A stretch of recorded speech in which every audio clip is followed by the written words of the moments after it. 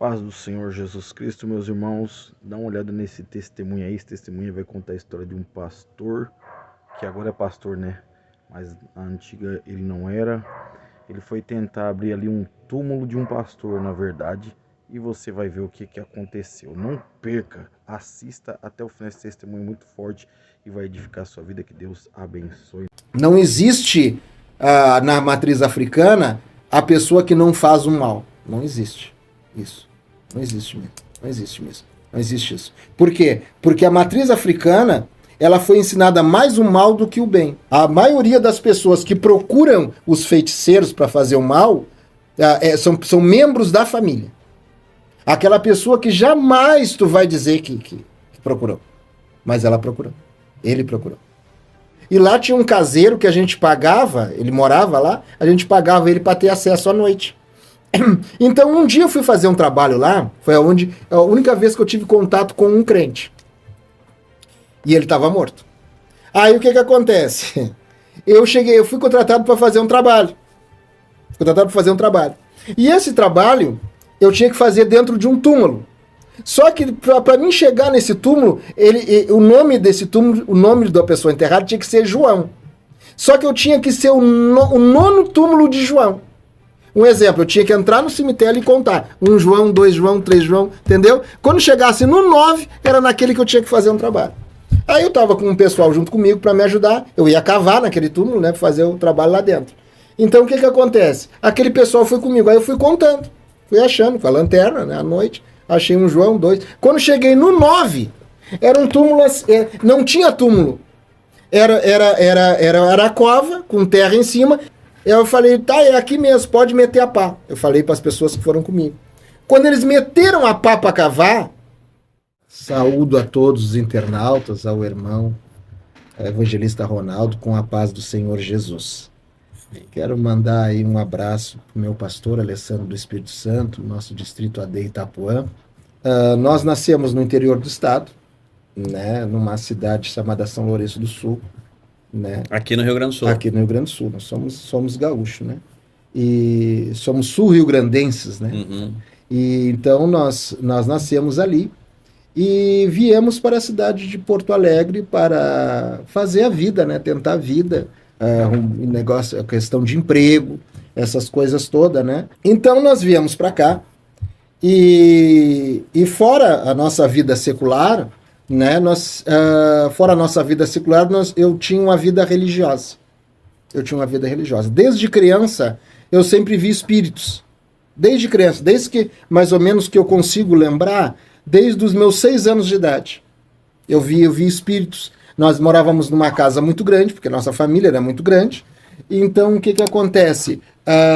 Nossos quartos, eles tinham cortinas, né? Então eu via ali o espírito, ele abria a cortina, vinha, conversava comigo e depois ele ia embora. E aquele espírito, ele ia crescendo junto comigo. E ali nós... Ele era uma criança, então. Era um ele em forma de uma criança, assim, possamos dizer. Eu nunca conseguia ver direito o rosto dele. Eu sei que ele era do meu tamanho. Né? E ali ele me orientava, ele me conversava comigo, ele falava comigo, ele me dizia coisas espirituais. Então eu sempre tive essa coisa. Eu tinha muitos sonhos, né? A minha alma, ela saía do corpo e ia para o mundo espiritual. Eu sempre tive, desde criança, um vínculo muito grande com o mundo espiritual. Né? A gente visitava à noite o mundo espiritual. Ele me pegava pela mão e a gente visitava o mundo espiritual. Então, o que acontece? E ali eu fui crescendo. Quando eu tinha 15 para 16 anos de idade, a minha família religiosa, que era da religião de matriz africana, né, que aqui no sul do estado, chama-se Batuque, diferente do estado do norte e nordeste. Por que ela chama diferente da Bahia, por exemplo, que é muito conhecida também, mas o estado do Rio Grande do Sul, hoje, ele é o estado onde mais tem terreiros, eu acho que no mundo. No último censo do IBGE, no governo Dilma Rousseff, ela era mais ou menos em torno de 26 mil terreiros em Porto Alegre. Só em Porto Alegre. E mais de 60 e poucos mil no estado do Rio Grande do Sul.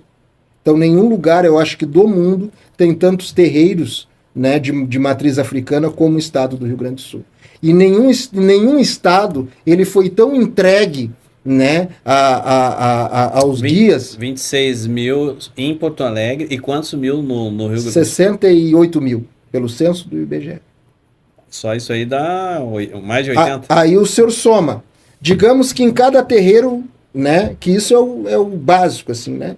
Digamos que cada terreiro seja eu vou usar o termo, que não é esse termo. O termo é Babalorixá e Yalorixá. Mas vou usar o termo mais conhecido, que é pai e mãe de santo, né? Digamos que num terreiro tenha o pai de santo e a sua família. Ele mais 5 pessoas. Aí o senhor soma. Multiplica isso aí, vai dar 500 mil. Isso naquela época. Hoje, se não deve ter o triplo, tá perto. Porque cada mês são formados, né, mais pais e mães santos. Então, eles são formados e automaticamente eles não são obrigados, mas a maioria deles querem ter os seus próprios terreiros, né? Então, eles se aprontam, eles se formam, né, naquela religião, e dali depois de um tempo, ali depois de um ano mais ou menos, eles levam as suas obrigações para suas casas e ali iniciam um novo terreiro. Vinculado ao terreiro matriz, né, aonde ele foi iniciado, né? Então, assim, o estado do Rio Grande do Sul, ele, desde que ele iniciou, né, ele já iniciou com essa religião oculta dentro do estado, né? Porque o estado do Rio Grande do Sul foi um dos estados, depois de São Paulo, aonde mais trouxe escravizados da África. Só perdeu para São Paulo, né?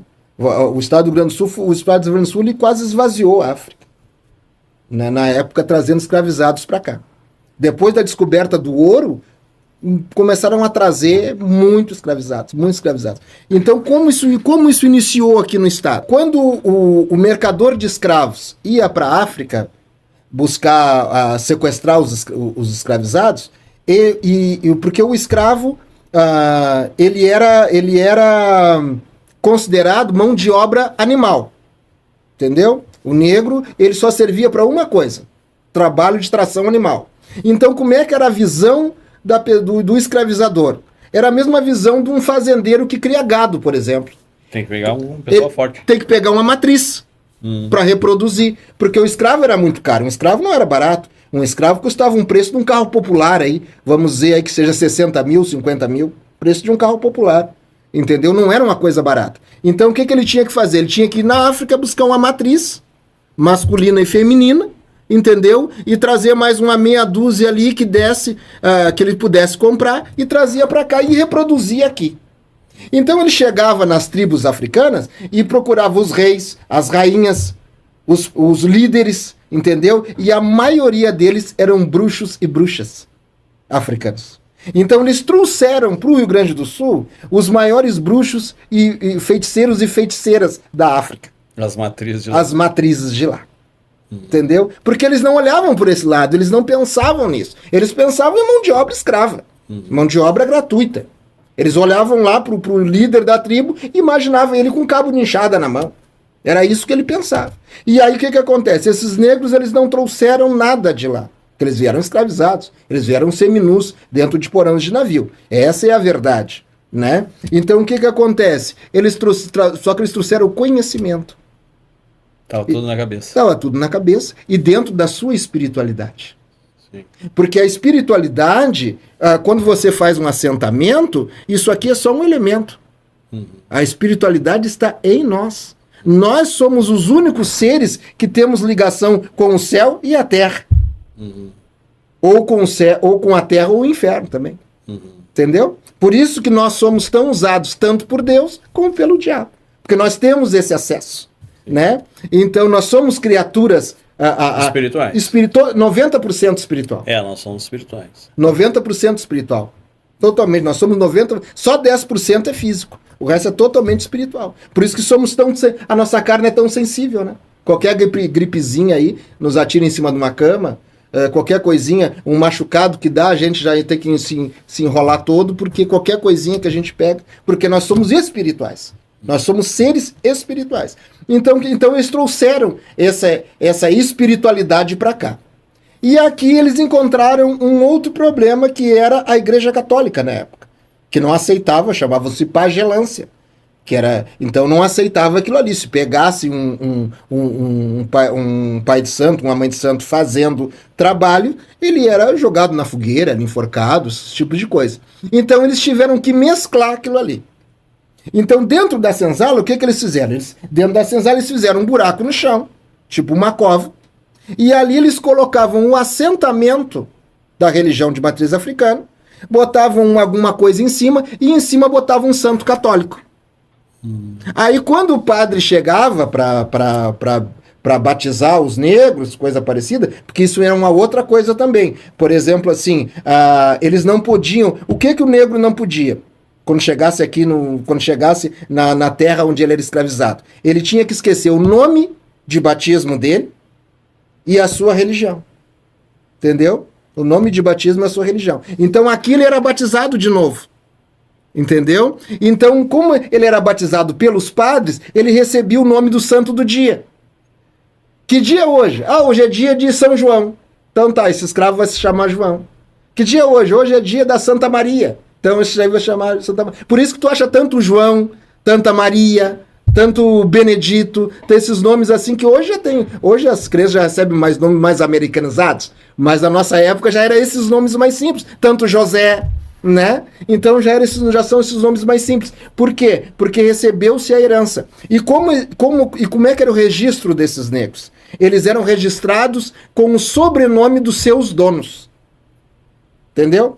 Por exemplo, por exemplo, a pessoa escravizava 30 escravos, trazia para cá, e aqui ele recebia o sobrenome do dono. Sem direito à herança, mas recebia. Por isso que tu vê tanto Silva, tanto Souza, tantas pessoas com o mesmo sobrenome. Por causa disso. Por causa dessa herança aí. E aí o que acontece? Quando o padre chegava, ele chegava na senzala, ele não achava o assentamento da religião de matriz africana. Ele achava ali o São Jorge, por exemplo, né? Ele achava uma outra santa católica, um outro santo católico. Por isso desse sincretismo que tem. Foi aí que misturou. Foi aí que misturou. Por quê? Porque os negros poderiam festejar num dia só, que era o dia daquele santo, aonde os fazendeiros iam para a igreja católica, para as quermesses, que era aniversário daquele santo, e o negro tinha a oportunidade de festejar, também dentro da senzala. Entendeu? Por isso que tem esse sincretismo. Ogum é São Jorge, Oxum, né? A Senhora da Conceição, essas coisas todas.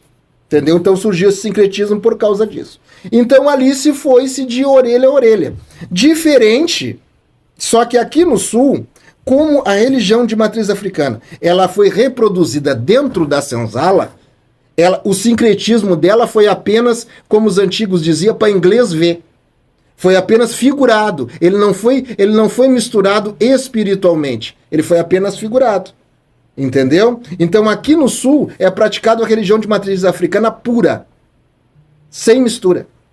Sem influência do catolicismo, sem a influência do espiritismo, sem nada. O vodú africano aqui, ele é feito puro. Por isso tem esse nome batuque.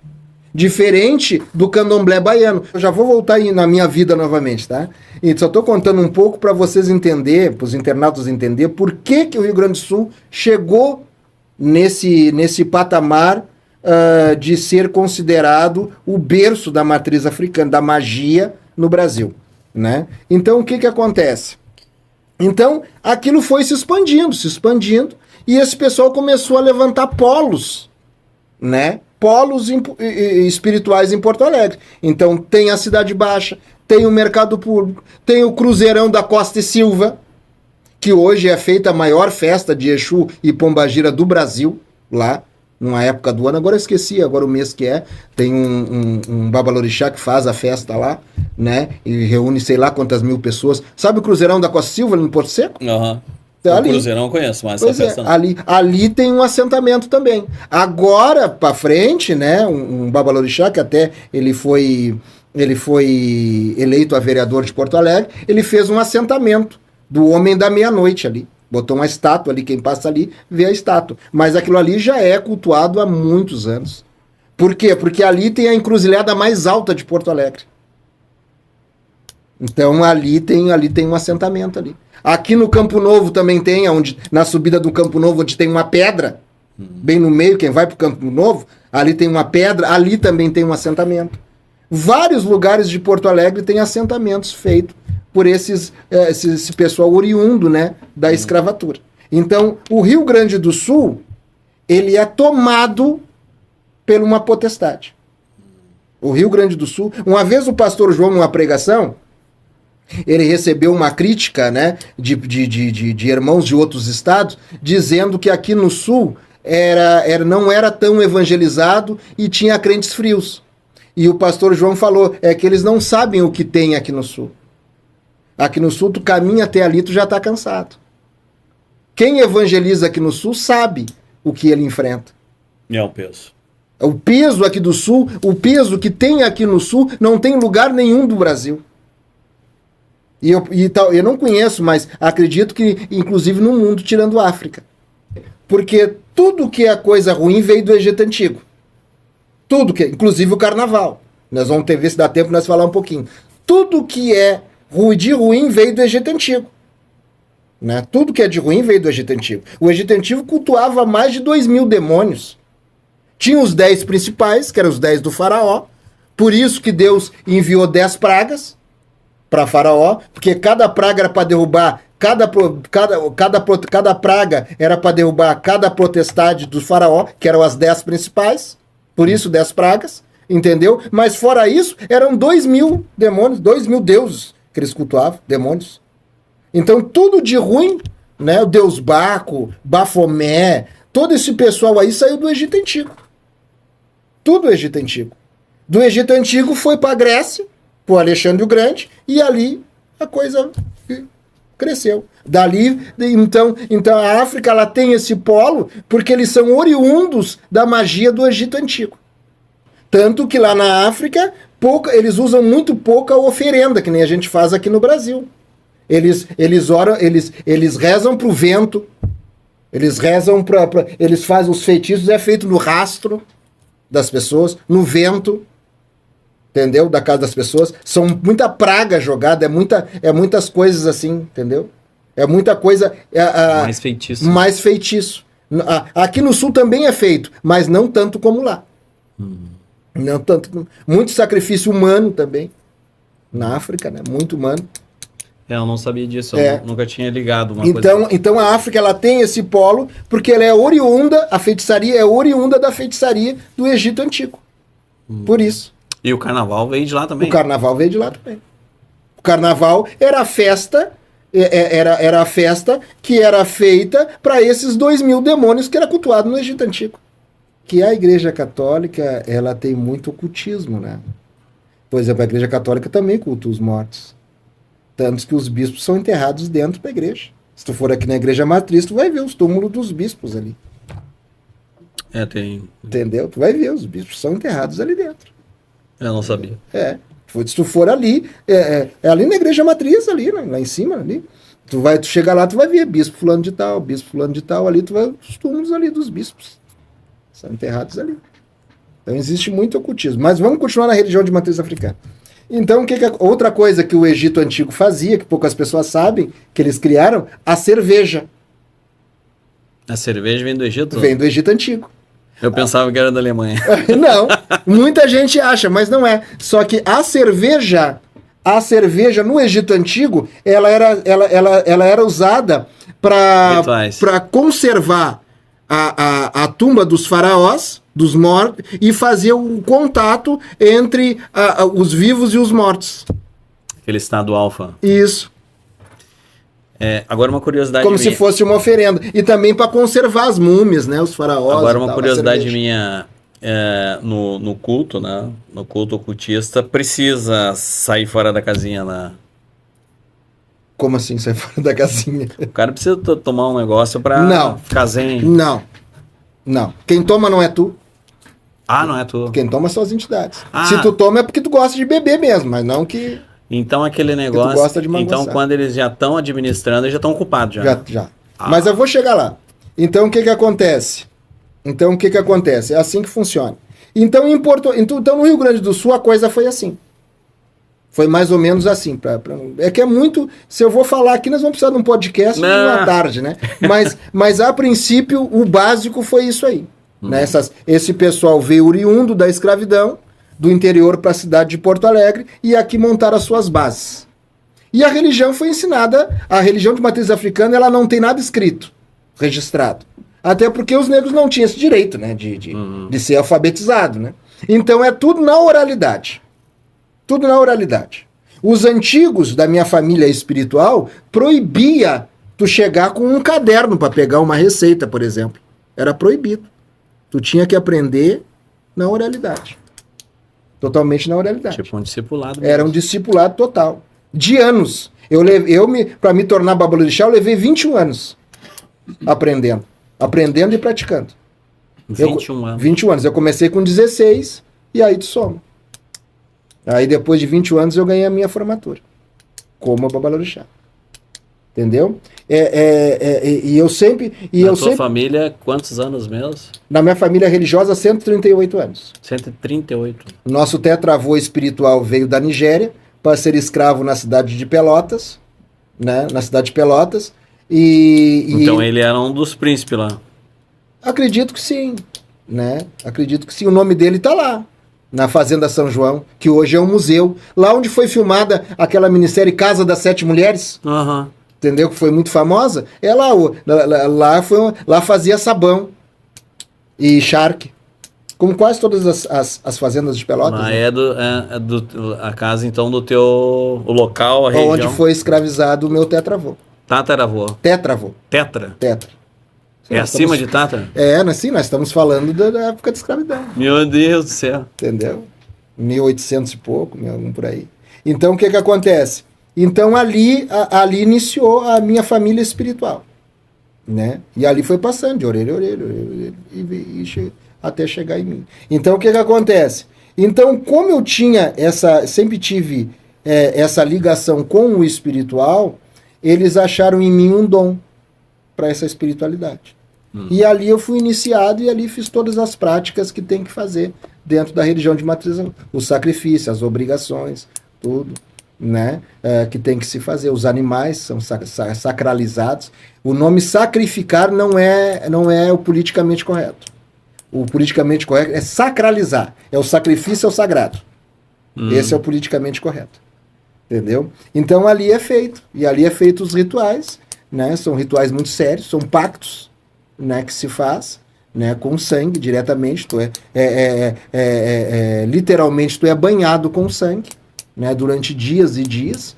E ali é feito todos os rituais até tu te tornar aquilo é uma hierarquia, né? Tu vai subindo, vai iniciado e vai subindo, até tu te tornar um babalorixá, um feiticeiro e tal.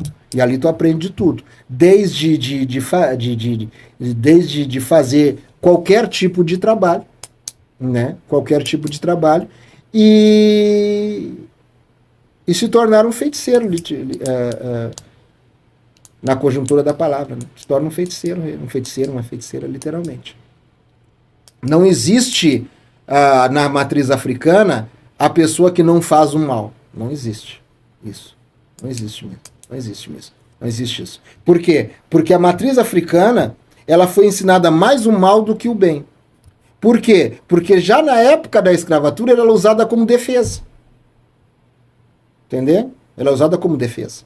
Então era invocado mais vodus maus do que bens. Do que do bem.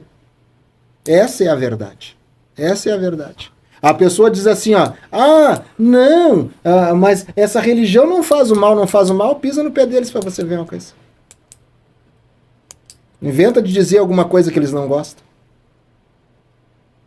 O que tu faz de dia é pagado de noite. Não tem nem dúvida disso.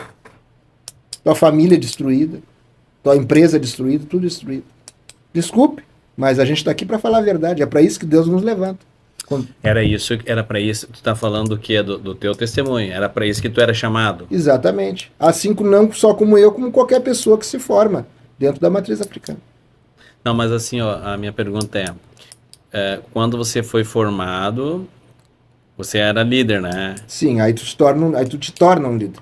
Torna um líder. E aí os cultos é só culto ou eles chamam para fazer trabalho? Não, tu é consultado, né? Tu é consultado. Aí aquelas reuniões ali, sempre tem consulta, tem alguma coisa pra fazer, então. É que tipo assim, ó, a religião, ela tem as suas datas de festas, aonde o povo do terreiro se reúne para homenagear o líder espiritual da casa, o orixá da casa. Então é uma época do ano, né? E ali chama todos os filhos do santo ali, e ali é feita uma festa de 32 dias. Aquilo ali não tem feitiço nenhum, é só... Não, tem as oferendas, tem tudo, aquilo ali é só feitiço. É. Entendeu? Mas só que são coisas feitas, não são coisas pro mal, né? Basicamente falando. Estão festejando só. São só festejando. Ali é feito os presentes, as oferendas, são 32 dias de festa. Mas depois é que essas reuniões que acontecem por semana, é gente que vai lá para consultar. Né? Aí são pessoas, no dia a dia, são pessoas que vai consultar. Porque aí, conforme a tua desenvoltura, né? Conforme a tua desenvoltura espiritualmente, tu vai criando fama. Sim. Aí Entendeu? as pessoas vão te procurar. Aí as pessoas vão te procurando. Claro que hoje, na minha época, por exemplo, eu pratico a matriz africana, praticava há 50 anos. Né? Então, mas hoje existe a internet. Né? Hoje tu acha gente aí, esse pessoal mais moderno, hoje existem os pais de santos tecnológicos, né? Entendeu? É outra coisa. Mas na minha época era de orelha a orelha. A tua fama crescia.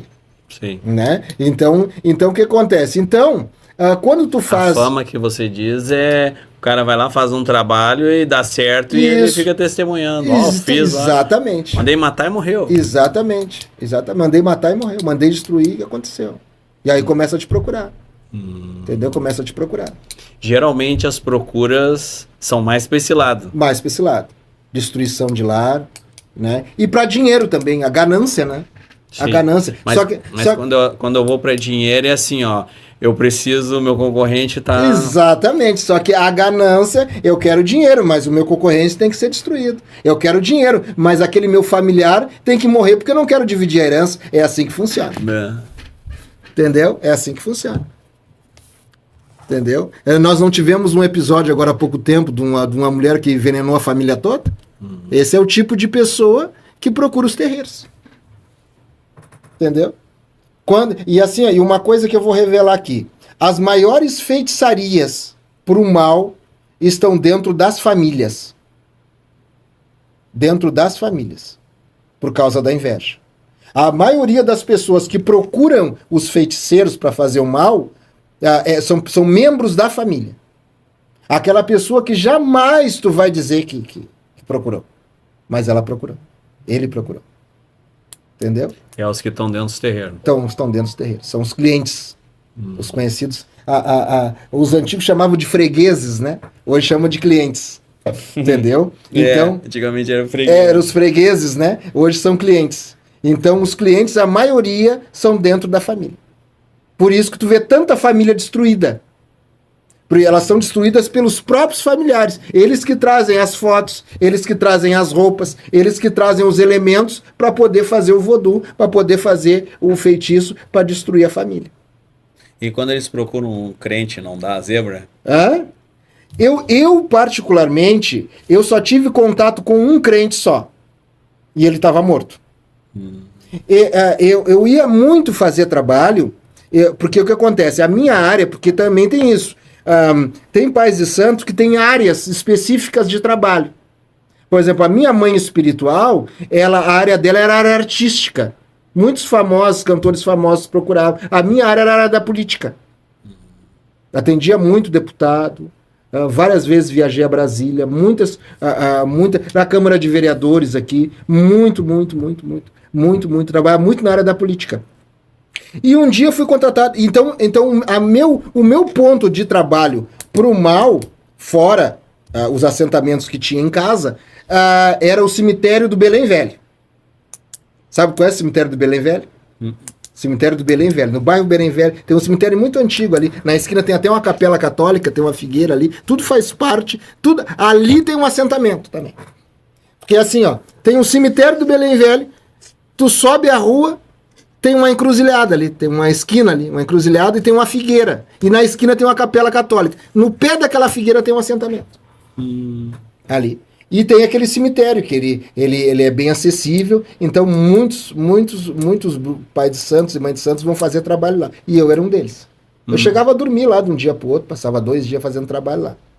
E um dia eu fui fazer um trabalho lá, e lá tinha um caseiro que a gente pagava, ele morava lá, a gente pagava ele para ter acesso à noite. Então um dia eu fui fazer um trabalho lá, foi a única vez que eu tive contato com um crente. E ele estava morto. Aí o que acontece? Eu fui contratado para fazer um trabalho. E esse trabalho eu tinha que fazer dentro de um túmulo.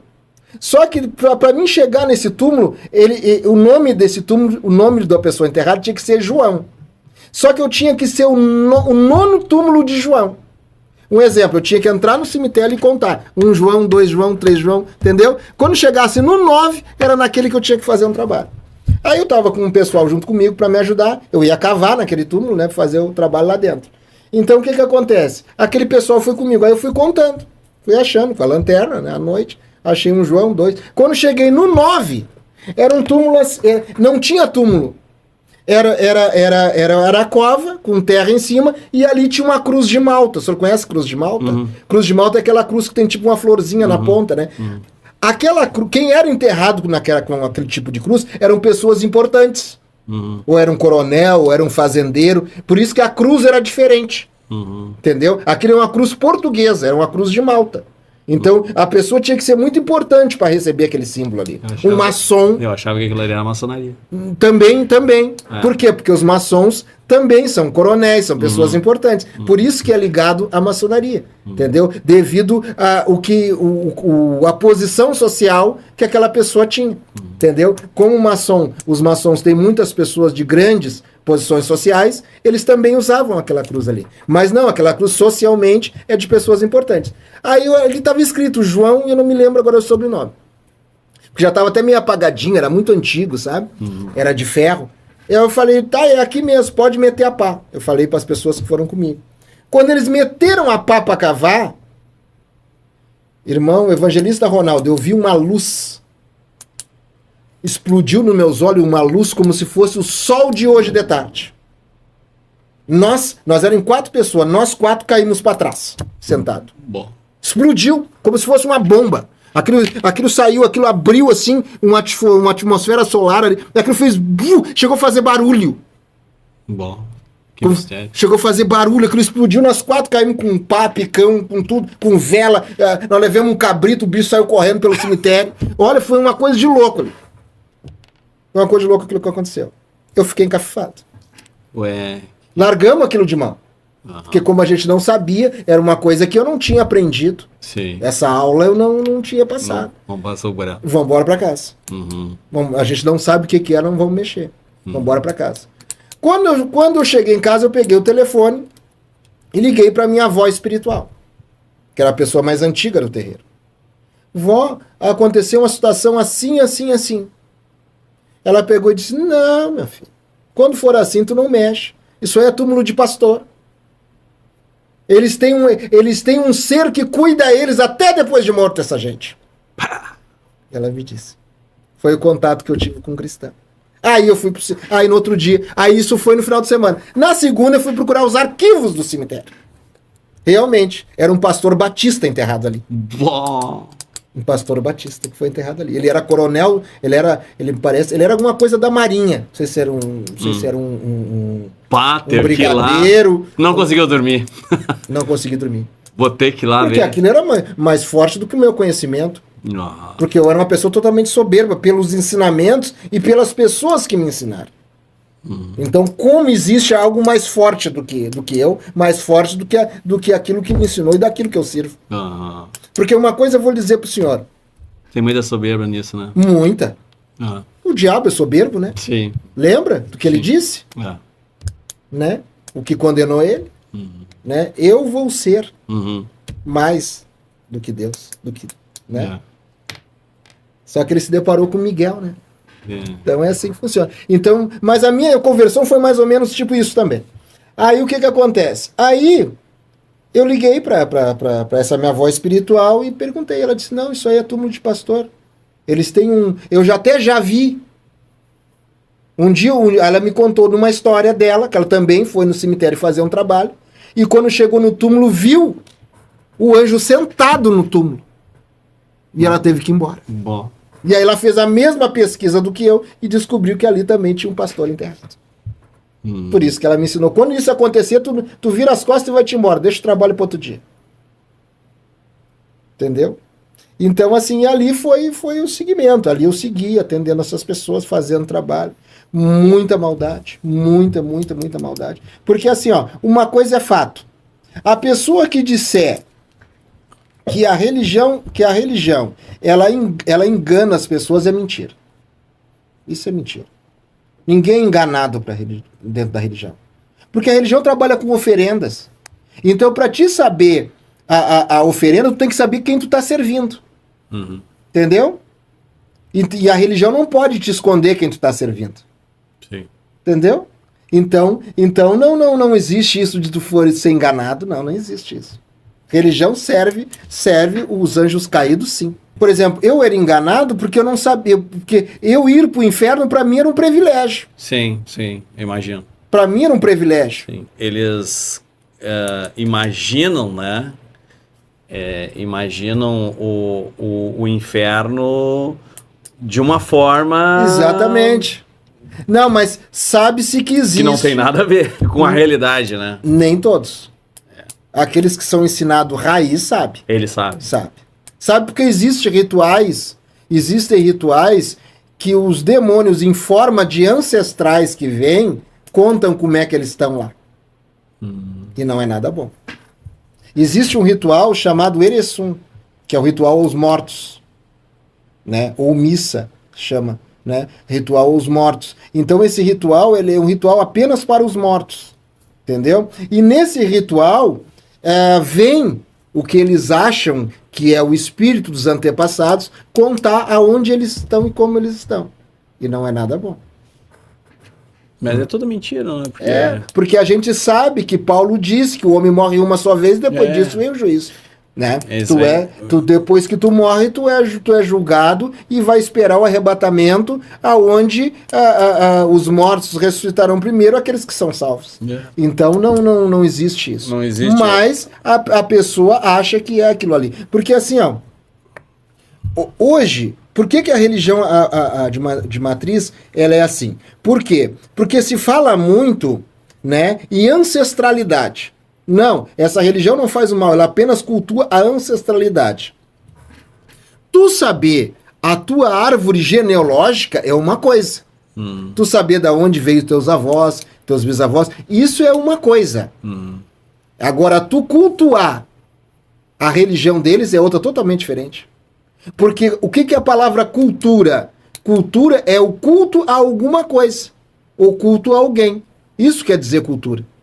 Cultura não tem nada a ver com vestuário, coisa... Não, cultura é o culto a alguém, ou culto a alguma coisa. Então, por isso que nós cristãos, nós temos que cuidar, quando nós mesclamos alguma cultura, a origem daquela cultura. Sim, mistura, né? A mistura. Porque o problema não é o que ela faz, o problema é onde ela começou. Então, o que acontece? Então, uma das coisas assim que eu fico impressionado, e eu acho que isso...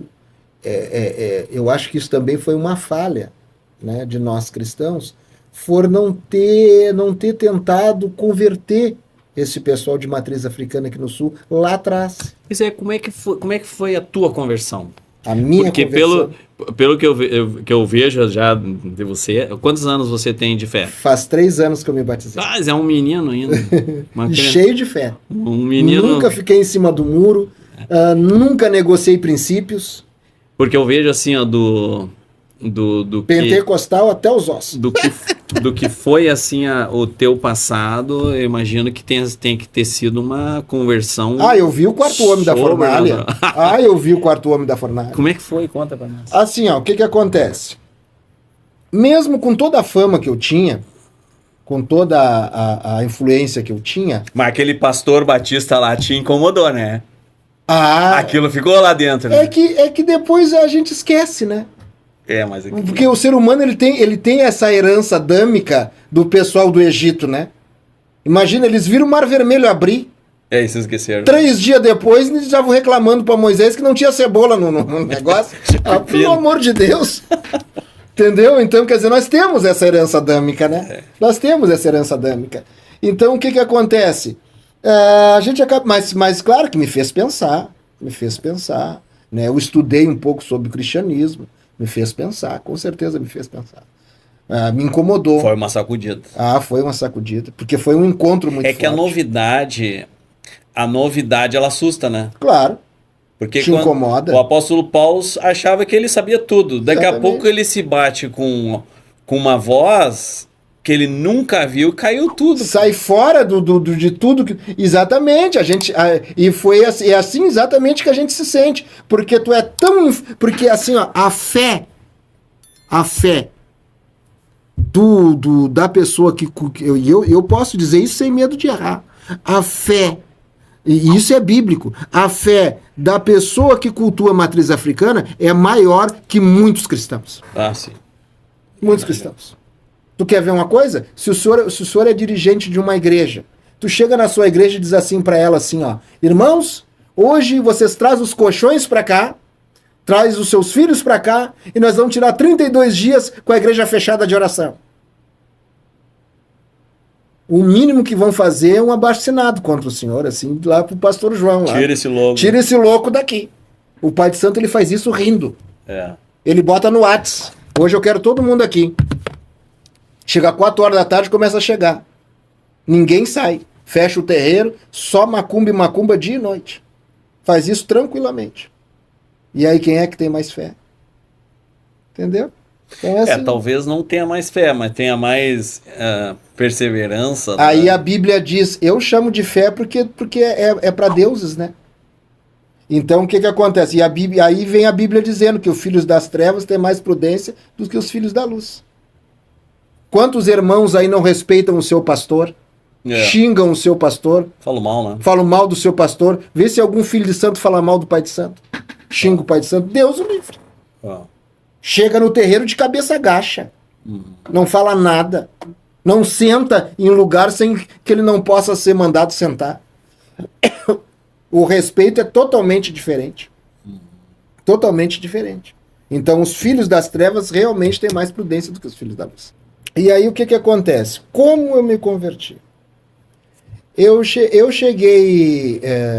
eu mesmo com toda essa soberba que eu tinha, a influência que eu tinha na sociedade, essa coisa toda, eu era uma pessoa depressiva. Totalmente depressiva. Eu tentei suicídio 3 vezes. Na 4ª foi onde Jesus me encontrou. Tentei suicídio 3 vezes.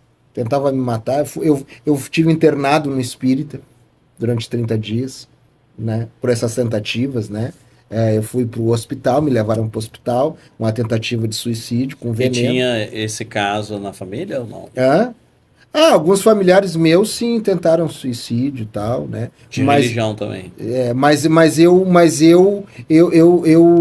sempre tive essa coisa de se matar.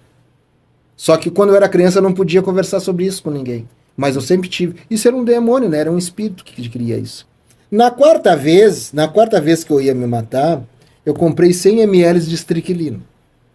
Quem conhece o veneno de estricnina sabe o que é a potência desse veneno. Esse veneno, tanto que esse veneno é proibido. Eu consegui ele clandestinamente. Ele é proibido porque ele mata qualquer coisa que esteja em volta dele. O cheiro dele é capaz de matar. Ele tá no Rio do Rato, né? Isso, ele é proibido, né? O líquido da estricnina é proibido, né? Porque até o cheiro dele é capaz de matar. Então eu comprei 100 ml para me injetar. E aí eu projetei o meu velório, fiz uma carta, porque velório de pai de santo ele é uma festa, né? São vários dias de ritual, entendeu? Então alguém tem que fazer esse ritual para ti. Então eu cheguei numa pessoa que eu queria que fizesse, peguei o cartão do banco, dei minha senha, tudo, expliquei para ele como é que eu queria, escrevi uma carta para minha família, de punho, tudo, e eu tinha uma namorada.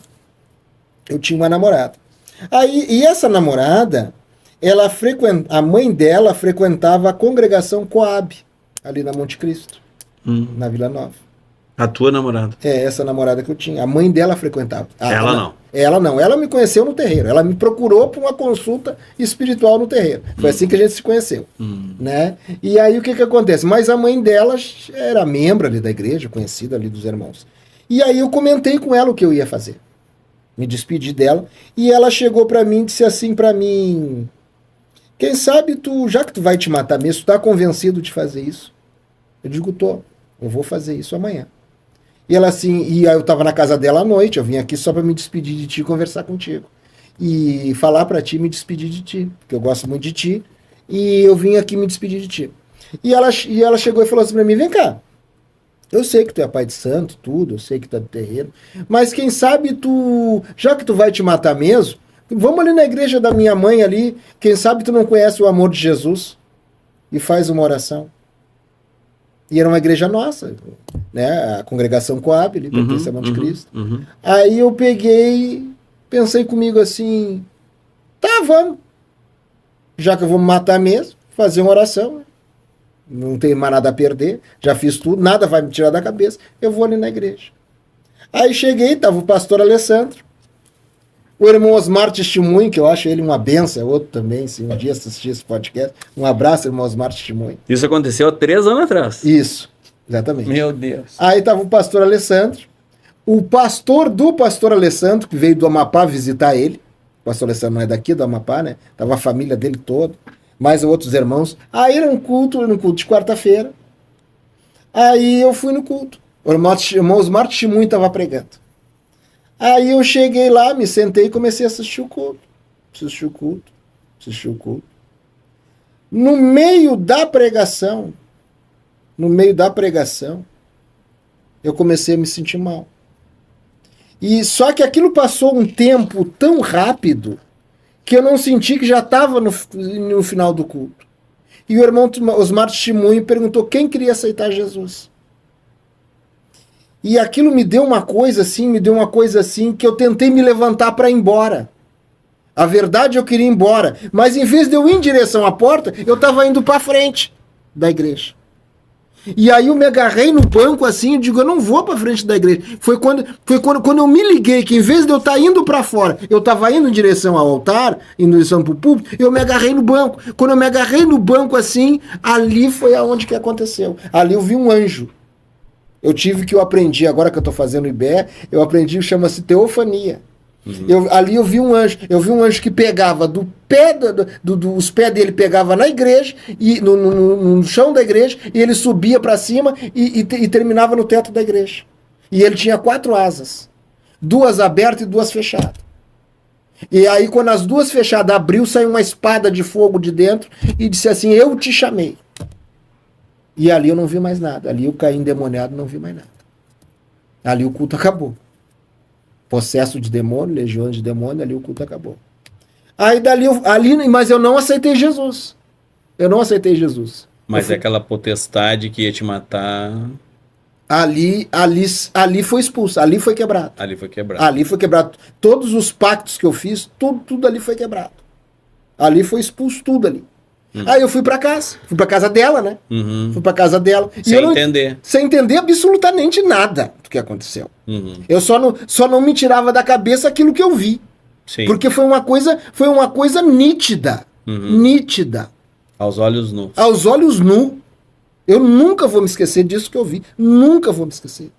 Foi que nem aquela luz do cemitério. Nunca. São coisas assim, são encontros que a gente tem que a gente nunca, só quem é pentecostal entende. Sim. Só quem dá de encontro com isso entende. Sim. Não tem como. Por isso que eu digo, irmão, assim, ó, eu participei do seu curso de evangelismo, né? Tanto que ganhamos certificado, tudo na serraria, e o senhor falou uma coisa que não sai do meu coração. O ensino que o senhor deu. A gente pode pregar, mas a pregação tem que ser com poder. Se ela não tiver poder, ela não convence.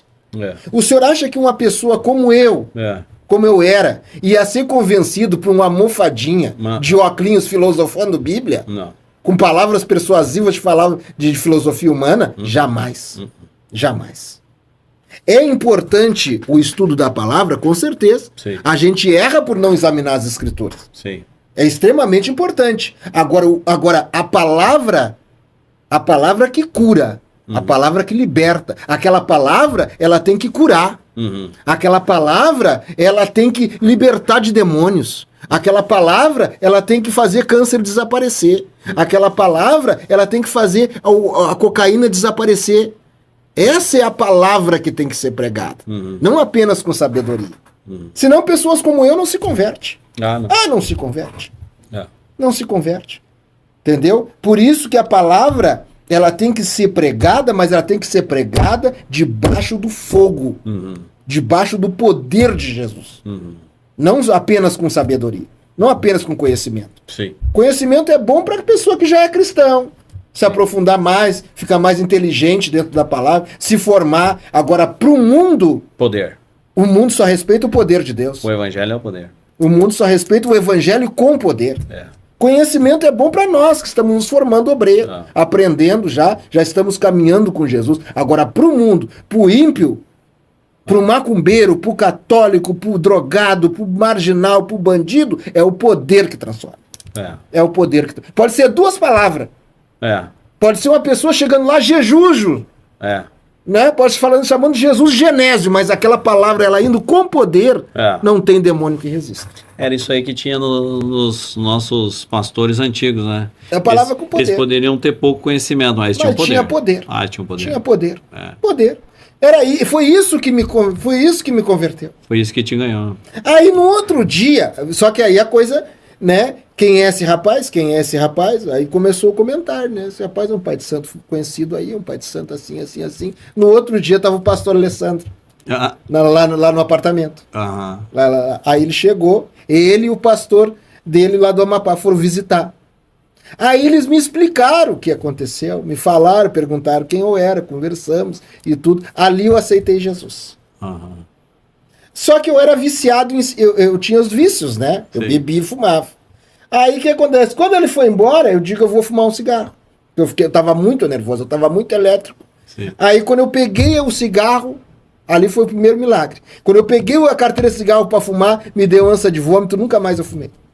Boa. Ali foi o primeiro eu fumando desde os 16 anos. Já aceitou Jesus, já nasceu de novo. Nasci de novo. O poder, é isso que eu falo. O poder. O poder de Deus. Quando há o poder de Deus... chega. Acabou. Não precisa mais nada. Tu não fica em cima do muro. Não. Tu quer fazer a obra de Deus. Tu sai dali, um martelo nas mãos do Senhor. Não tem nem dúvida. Não tem nem dúvida.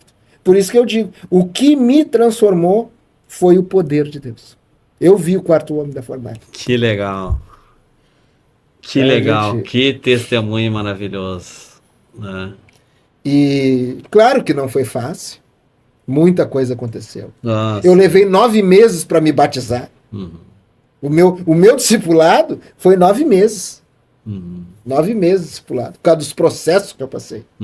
Entendeu? A coisa batendo, a coisa caindo. E o diabo batendo de verdade. O diabo só não tocou na minha saúde. Mas o resto tudo. Financeiramente destrói tudo. Tudo. Psicologicamente, tudo. Tudo. Mas tem que ficar firme. E firme com Jesus. Meu sonho é ser missionário. Fica firme. Claro, né, como Jesus já me chamou com uma certa idade, isso meio que é um espinhozinho na carne que eu tenho, assim, sabe? A idade, assim, confesso para os internautas, para os irmãos, e todos nós temos as nossas fraquezas, assim, e uma das coisas é Jesus ter me chamado já com uma certa idade, né? Quantos anos Moisés foi chamado? Baseado nessas coisas, assim, que eu vou em frente. 80 anos. 80. Porque aí a gente vê na nossa igreja, né, esses irmãos tão jovens, né, sendo chamados para o ministério, né, esses tempos aí num culto do amigo que nós fizemos, chamei um presbítero ali da São José, um rapaz usadíssimo por Deus. Uma coisa que nós cristãos temos que fazer, porque eu nunca vi, conheci o diabo e fomos amigos. Eu posso dizer isso. Conheci o diabo e fomos amigos. Eu sempre tive uma convivência com o espiritual. Sempre tive. Sempre. Sabe? Então, o que acontece? Sempre vi o espiritual, sempre tive. E eu nunca vi eu nunca vi a manifestação demoníaca na Terra como eu estou vendo nos dias de hoje. Eu nunca vi. Eu nunca vi o diabo tão ao vivo na Terra como nos dias de hoje. Ele praticamente saiu do armário, né? Saiu do armário. Saiu do armário em tudo. É. Em tudo. Em tudo. Na política, nas redes sociais. Assim, ó, a igreja, nós cristãos, nós temos que decidir o que nós vamos fazer. Porque a Bíblia diz que nós fomos chamados para uma guerra, não é isso? Então nós cristãos nós temos que decidir o que fazer. Yeah.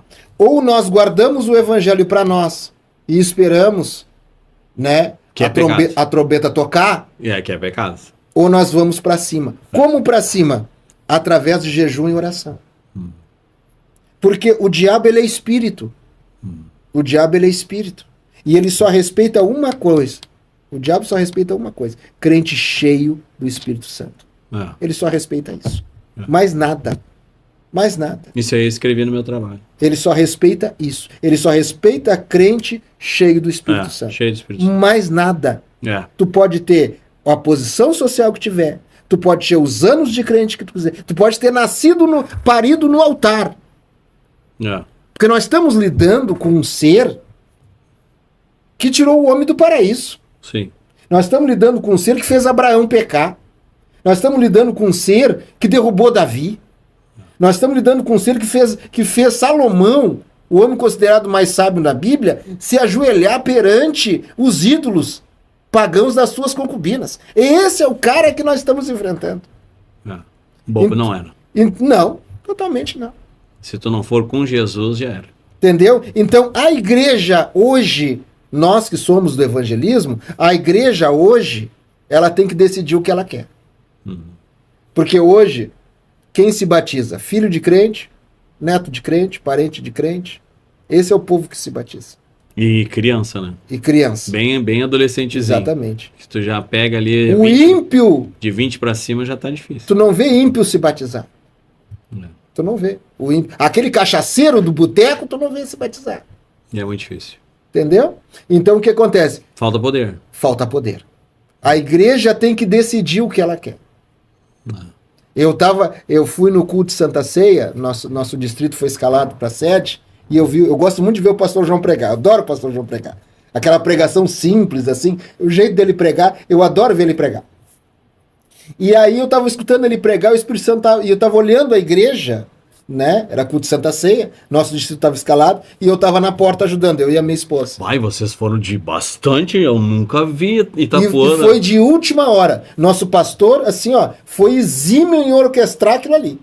Porque ele falou para nós que ele foi avisado mais ou menos em cima da hora, e porque o nosso distrito aluga ônibus para ir, com antecedência, avisa os irmãos, aí aluga o ônibus, aquela coisa toda para fazer a excursão. Tudo tranquilo. Só que ele foi avisado meio em cima do laço. E aí o pastor Alessandro começou a ligar. Quem é que tem carro, um dá carona pro outro. E aquilo ali foi decidido no final de semana. Ali tinha um retiro ali que foi decidido o negócio. Encheram o fundo da igreja. Pra nossa igreja tá lá. Foi decidido assim. O irmão que me levou me buscou no trabalho, eu tava trabalhando. Aí foi o irmão, mais um diácono da igreja, foram me buscar no trabalho. Eles passaram lá no meu serviço, eu sou vigilante, eu tirei a fara da firma, botei o terno e fui. Minha esposa veio junto com eles, e ali foi assim. Pastor Alessandro foi exímio nisso aí. Né? Foi muito bom. E ali eu estava vendo a igreja, e o pastor João pregando, e eu admirando muito a pregação que ele fez, e aí o Espírito Santo falando comigo. Então nós temos que decidir o que a gente quer nos dias de hoje. Porque o diabo mostrou quem ele é. Porque o diabo fazendo as coisas que ele faz na terra, ele não está afrontando só Deus, ele está afrontando a nós também. Quando o diabo bota um carro alegórico na avenida, mostrando Deus caos, que nem fez esse ano, ele está dizendo, olha aqui, seus crentes, o que eu sou capaz de fazer.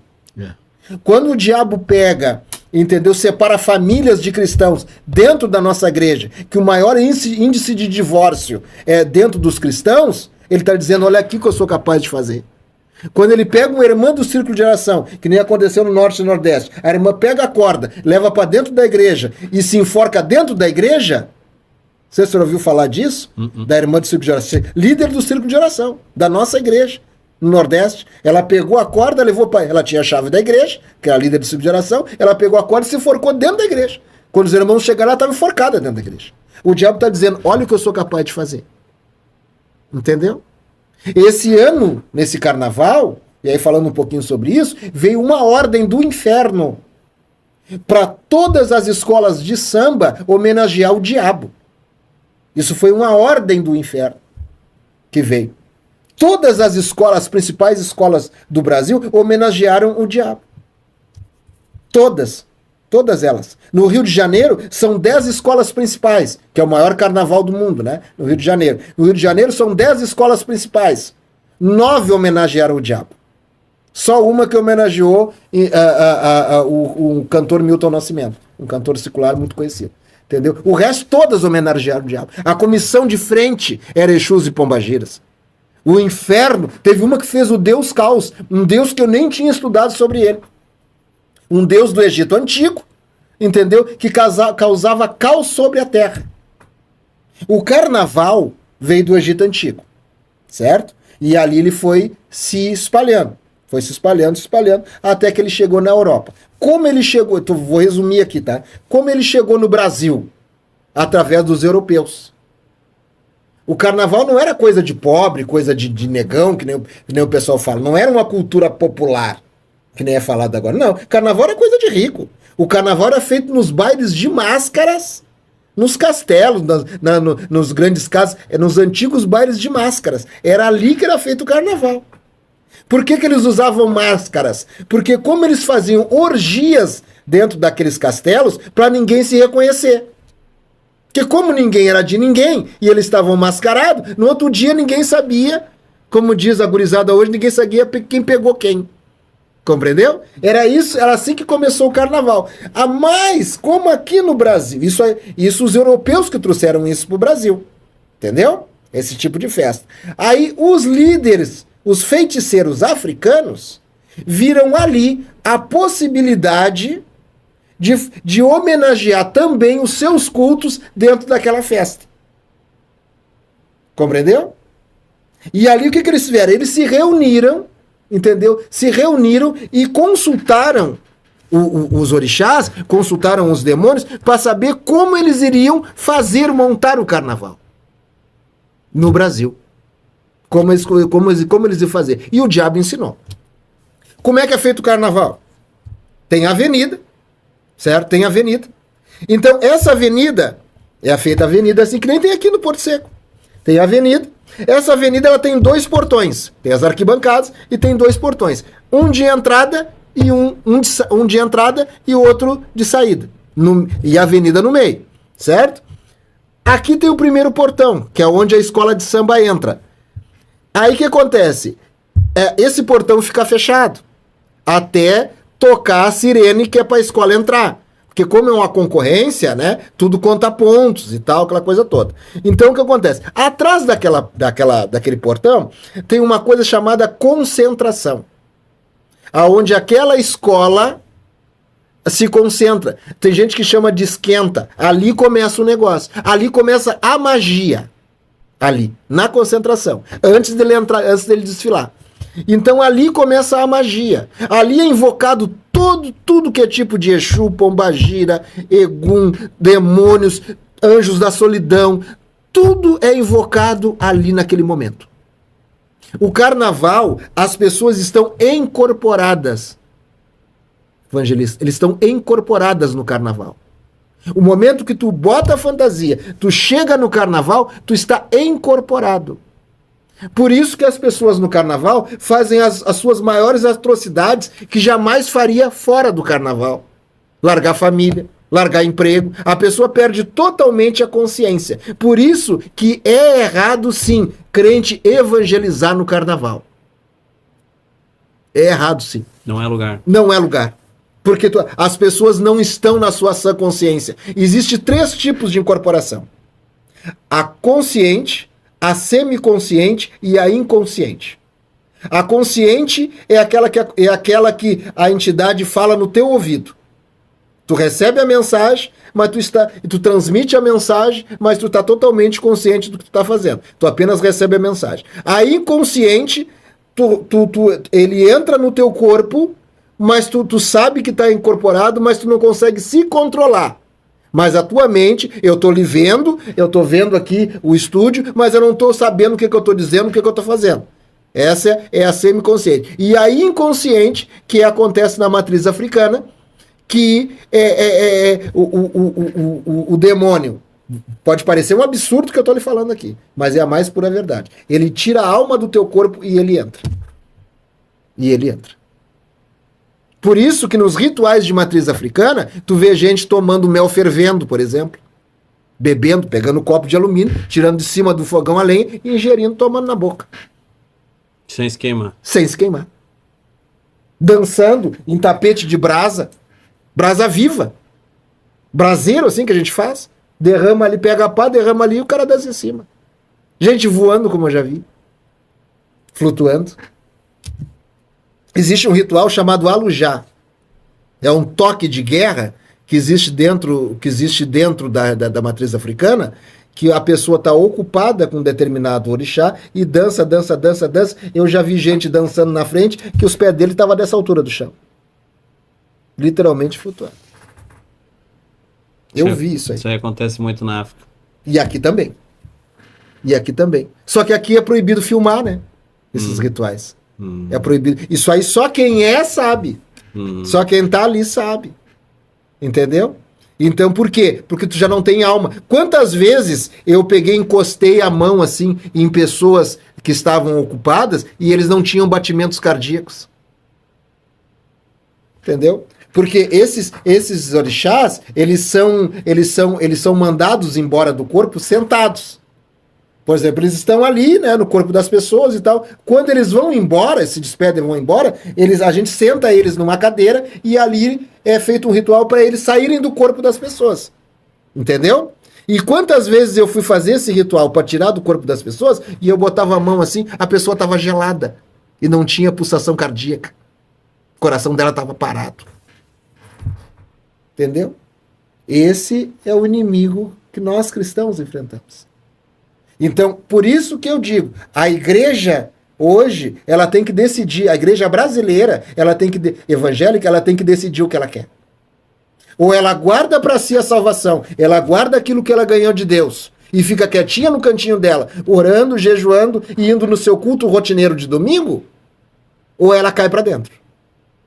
Senão nós não vamos conseguir vencer o inimigo. Mesmo a Bíblia dizendo que somos mais do que vencedores, mesmo a Bíblia dizendo que operando Deus quem impedirá, nós não vamos vencer o inimigo. Por o simples fato de nós não tomarmos uma posição. Aí, nós cristãos temos que tomar um posicionamento espiritual perante o inimigo. Isso é uma posição, uma resposta a Deus, né? Exatamente. Porque Deus faz o convite, ele diz ide, né? Exatamente. E nós temos que responder. Exatamente. Né? Ou nós cremos e obedecemos e vamos, né? E vamos. Porque assim como eles receberam uma ordem do inferno para fazer esse tipo de carnaval agora, nós também temos uma ordem que foi feita há 2000 anos atrás por Cristo. Ide por todo mundo pregar o evangelho. Então nós também, porque o mundo seguiu a ordem do diabo à risca, tanto que o carnaval no Rio de Janeiro, sempre, a vida inteira, foi 2 dias. Esse ano foi 3. Tá crescendo, né? Tá crescendo. Esse ano foi 3. Sabe o que o diabo tá dizendo para nós? Olha o que eu sou capaz de fazer. Tá dominando, né? Olha o que eu sou capaz de fazer. Entendeu? Então, ou nós... Isso eu não tenho medo de falar isso. Ou nós temos que decidir, nos conscientizar daquilo que nós somos. Parar de relativizar o pecado. Parar de ser um crente domingueiro. Parar de chegar na igreja e ficar olhando sem dar um glória a Deus. Eu estou esperando sentir. Sentir o quê, cidadão? Sentir o quê? A fé não é sentimento. Se nós somos adoradores, é nós que temos que adorar. Agora é Deus que tem que adorar nós? Tem que tocar no Tem que tocar no cidadão, pro cidadão. Então é Deus que tem que te adorar. Tem que te estender um tapete vermelho. Ah, por amor de Deus, cidadão. Não faz assim. Entendeu? Como diz aquele rapaz da internet que eu acho engraçado. Que é isso, varão? Não faz assim. Entendeu? Então não faz isso. Entendeu? Ou nós nos posicionamos. Porque assim, eu não quero alimentar a alma dos saudosistas, né? Dos irmãos saudosistas que se ficam lembrando dos tempos passados, mas nós precisamos daqueles crentes de antigamente. Nós precisamos. Nós não precisamos, nós precisamos deles, mas nós não precisamos nos tornar como eles. Sim. Sem ter tempo de jejuar, sem ter tempo de orar, sem ter tempo de buscar, ir para a igreja, parar de ir para a igreja e achar que está vendo em um cinema. Ah, quem é que vai pregar hoje? Ah, então eu já sei quem é que ele vai pregar. Eu já vi irmãos chegar na igreja e deixar o carro ligado, cara. Tá brincando. Porque a gente que tá envolvido com os irmãos, a gente vê coisa. Eu vou deixar o carro ligado, cara. Entendeu? Já vi. Dependendo do camarada, ele... vai embora. Entendeu? Então o que acontece? Que é isso. Então nós temos que decidir o que a gente quer. A igreja tem que se posicionar. Ou nós nos tornamos uns guerreiros de Cristo na terra, porque é para isso que nós temos chamado, ou o diabo vai debochar da nossa cara. Vai debochar da nossa cara bonito. Bonito. Pode falar o que falar. Porque assim nós temos que parar de ser hipócrita, irmão Ronaldo, evangelista Ronaldo. Temos que parar de ser hipócrita. De achar que não é bem assim, porque a Bíblia, achar argumentos bíblicos, não é. A realidade, a teoria não condiz com a prática. A teoria não condiz com a prática. Então, ou nós praticamos o evangelho genuíno, ou a gente guarda a salvação para a nossa caixinha, e ficamos esperando a trombeta tocar. Um dia eu estava evangelizando num lugar lá chamado Cantagalo. Sol quente que nem hoje. Eu e um jovem da igreja. Nós ali, caminhando a pezito, na poeira, entrega a folheta aqui. Eu estava numa casa, eu vi uma mulher passar por mim, umas 3 horas da tarde. Um calorão. A mulher passou por mim e ela ficou para lá e para cá na rua. E eu estou evangelizando uma senhora que me deu assunto numa casa. Eu estou conversando, mas eu vi ela passar, porque a casa era de esquina. Então a mulher entrava na rua e saía da rua. Terminei de evangelizar a mulher, tá, tudo bem. Saí por ali e entrei na rua onde a mulher estava. Porque nós estávamos evangelizando. A gente, quando evangeliza, não deixa nenhuma casa para trás. Aí esse jovem estava mais à frente, porque ele entrou na rua e eu fiquei na esquina. Aí ficou assim, esse jovem na frente, a mulher no meio e eu atrás. E aí daqui a pouco ela parou. Quando ela parou na rua, eu fui entregar o folheto para ela. Quando eu entreguei o folheto para ela, caiu possessa de demônio. Nossa. No meio da rua, com sol quente como está hoje. Ali eu peguei, botei a mão na cabeça dela, orei a Deus, Deus libertou ela. Quando ela acordou do transe da incorporação, ela saiu correndo. E aí eu saí atrás dela, assim, quando eu cheguei na esquina, ela não estava mais.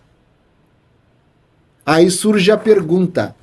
Eu não sei se ela era uma pessoa endemoniada ou se ela era próprio diabo no meio da rua. Eu tenho essa dúvida. Que mistério. Porque eu não vi mais ela, eu corri atrás dela.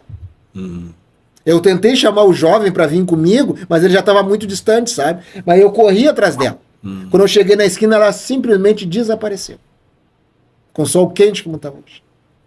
Então eu não sei se ela era uma pessoa possessa de demônios ou se era o próprio demônio caminhando na rua. E eu sei que isso é possível. Sim. Eu sei que isso é possível. Então lá é assim o nosso trabalho. Então eu peço oração, né, que ore muito por esse distrito, pelo nosso trabalho, né, pelos irmãos obreiros, pelos irmãos da igreja, né. Abençoa nosso pastor, Alessandro, sua família. E só tenho a agradecer por estar aqui hoje. Estou meu coração ardendo de felicidade. Falar de Jesus hoje para mim é um privilégio.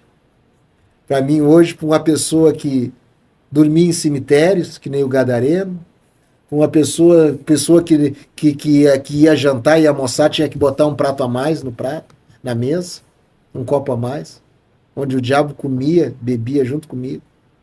Uma pessoa que era do carnaval, era uma pessoa boêmia, uma pessoa que serviu o diabo tantos anos. Depressivo. Totalmente depressiva, querendo se matar. Uma pessoa que achava que estava completamente correto servindo ao diabo e hoje está aqui falando de Jesus.